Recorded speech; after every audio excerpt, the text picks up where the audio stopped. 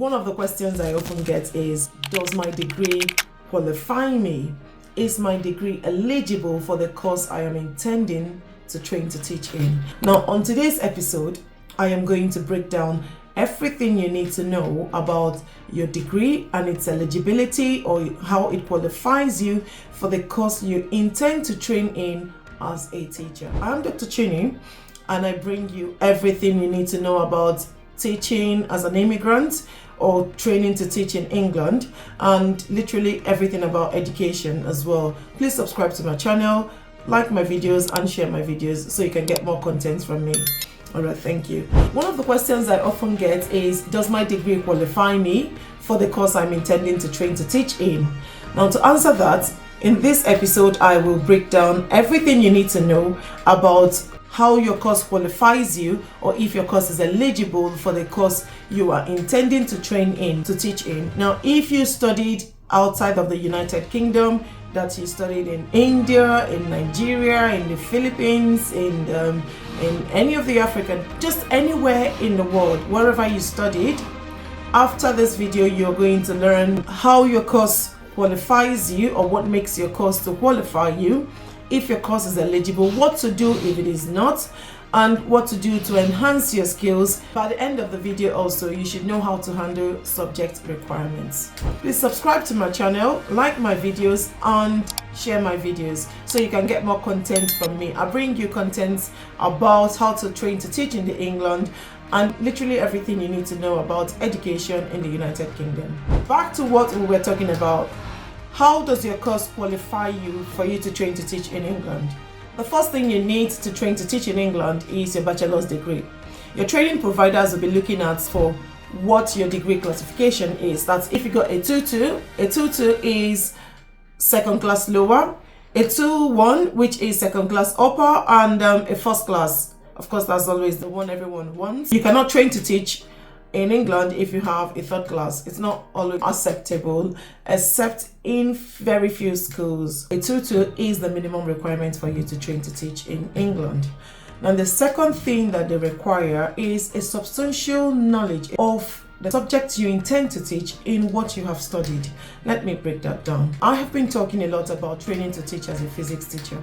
Now, if you intend to train to teach as a physics teacher, there should be a substantial amount of physics in whatever you study. Personally, I studied microbiology. Now, there is a lot of elements of physics in microbiology, and that's because in my first year, in my second year, we did a lot of physics, and physics 101, physics 102, physics 201, and the rest, and the likes of that, depending on whatever code your school has given to that. Now, when you can prove in your transcript that you have a substantial amount of that subject in your course of study, then you are eligible. The best thing to do when you're unsure of the eligibility of your course of study is to contact the training providers. Now, you can send them an email or give them a call and say, I graduated with a 2-2, a 2-1, a first class, as the case may be, in whatever course it is. Let's say course XYZ, I am intending to train to teach as ABC teacher. Is this eligible, or am I eligible to train to teach in that? Two things may happen.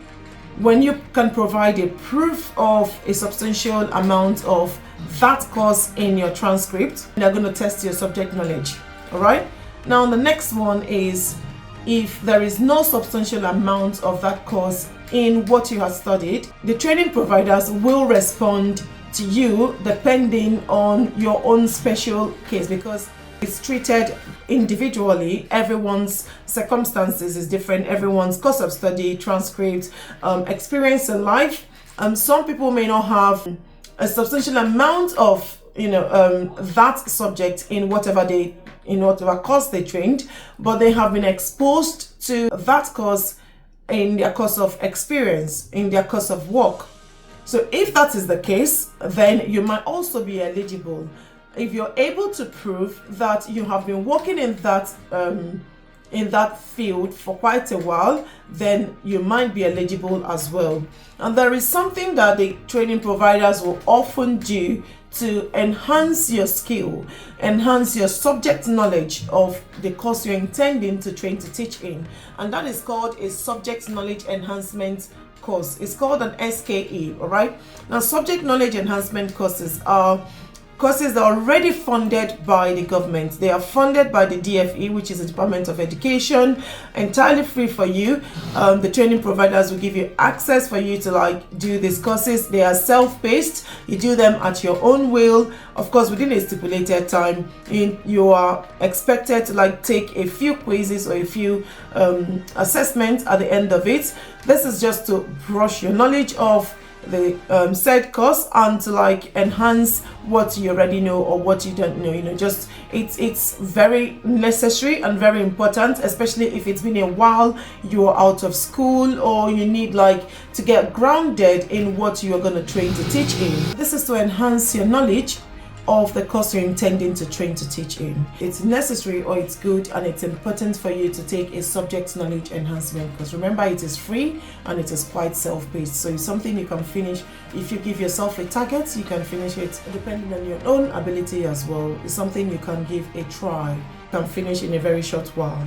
If your degree is international, it is very valid in the UK, but you need an official statement to say that this degree is equivalent to what the UK would always offer. To do this, you need to apply to ENIC. ENIC is European Network of Information Centers. That is a body that certifies that whatever degree you have internationally is equivalent to what the UK would offer. In Canada, it is called WES. And in other countries, it's called different things, okay? So, but in UK, it is called ENIC. It used to be NARIC, but now it is ENIC. The training providers will not accept your certificate until they see a UK ENIC. It's also called Statement of Comparability. Now, how do you apply for this? You go on the website. I have included the website in the description of this video. So you go on the website and then you apply for it. You upload a digital form of your original certificate, not your statement of results. The original certificate you were offered after you graduated, and then you make payments. Now, here is where it gets interesting. The DFE would always pay for you if you are intending to train to teach. If you go through the Get Into Teaching and if you show evidence that you are applying to schools because you want to train to teach, you don't have to pay that fee. It's about £200, which is quite a lot for some people. It's very important you know the process by which you can avert this fee. If you join my community and if you get my e-guide, these are some of the things I've explained in there, so you can know how to avert paying that fee. It might take about 2 to 6 weeks for them to review your certificates, and then you're going to receive a statement of comparability. That's what you present to any institution that you're intending to apply to. Now, this does not expire like the IELTS, which expires after 2 years. Still not sure why, but then this one is as valid as your certificate. So any day, anytime you want to take any other degree or you want to submit to any other school within the United Kingdom, you can always use that statement of comparability. If you are intending to teach physics and your degree is in engineering or in natural sciences, you studied something like industrial chemistry, industrial physics, industrial whatever thing it is called. What if you want to train to teach physics or French?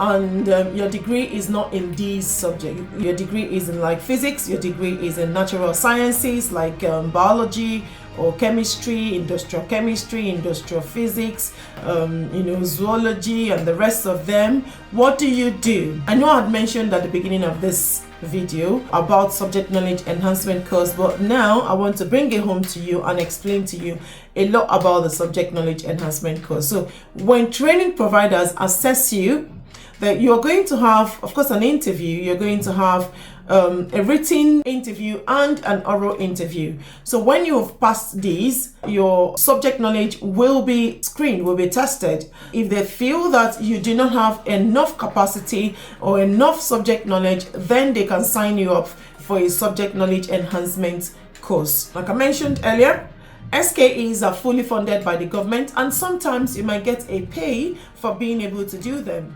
Some schools, they kind of pay you for you to do these subject knowledge enhancement courses. So you might be lucky to get one of the schools that will pay you for doing the subject knowledge enhancement courses. Another thing that you need is a GCSE qualification in Maths and English. What's your GCSE? It's your primary secondary school examinations.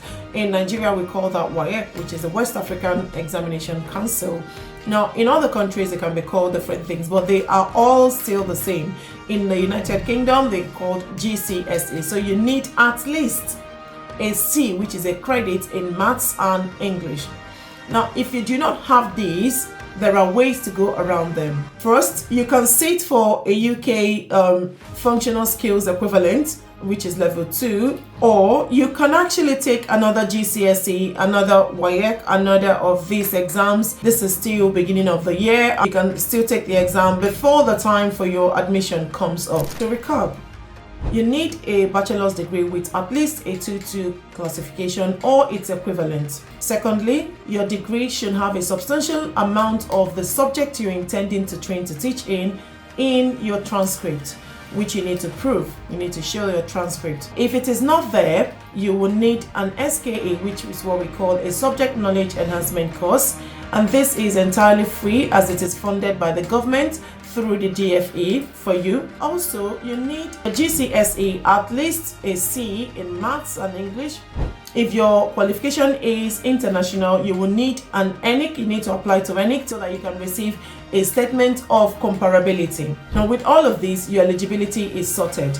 In my next video, I am breaking down the different training routes, which is the SCATES, the school direct, the university led. I am going to explain to you which ones are which and what are their pros and the cons, and you can be able to find out what's best for you after that video. If this video has helped you, if you've gained from it, I want you to please remember to subscribe to my channel, to like my video, and to share it. I'm Dr. Chini, and I'm here to make your UK teaching journey clearer. Also, if you want a more personalized approach to this, I offer a one-to-one training opportunity where I mentor you on how you can apply to different schools. You can click the link in my bio to access this opportunity. Click the link in my bio to access this opportunity, and we can start on from there. Thank you so much.